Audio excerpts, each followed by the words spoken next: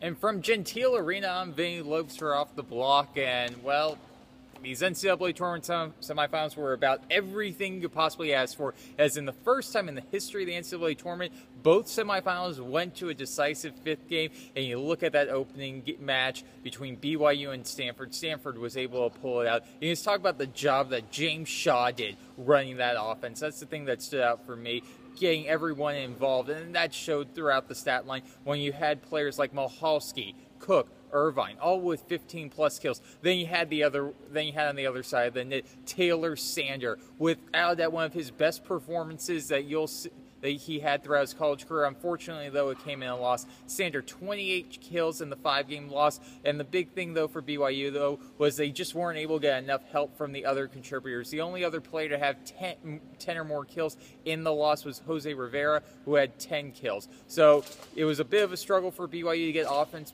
besides Taylor Sander. And Stanford, they were able to eke out a victory, and they're going to play Loyola, who was able to get a 5-game victory against Penn State. And, you know, Loyola, they had 4,000 screaming fans behind them to cheer them on against Penn State. They needed every single one of those fans because Penn State pushed Loyola to the limit. Penn State's offense at that time was clicking, but in the end, it came down to what team didn't make the mistake, and it was Loyola at the end that was able to make fewer mistakes in a pretty ugly Game 5, but they were able to get the victory, move on, and now you have this scenario setting up for Saturday. You have the dream season for Loyola that continues as they'll try to win a national championship on their home court, going up against Stanford, the last team to win a national title on their home court when they did in 2010. So it's going to be some great volleyball, and you would expect for it to be that after what we witnessed Thursday. Well, that's going to do it for us here from Off the Block. Be sure to get all your men's volleyball coverage by going to offtheblockblog.com.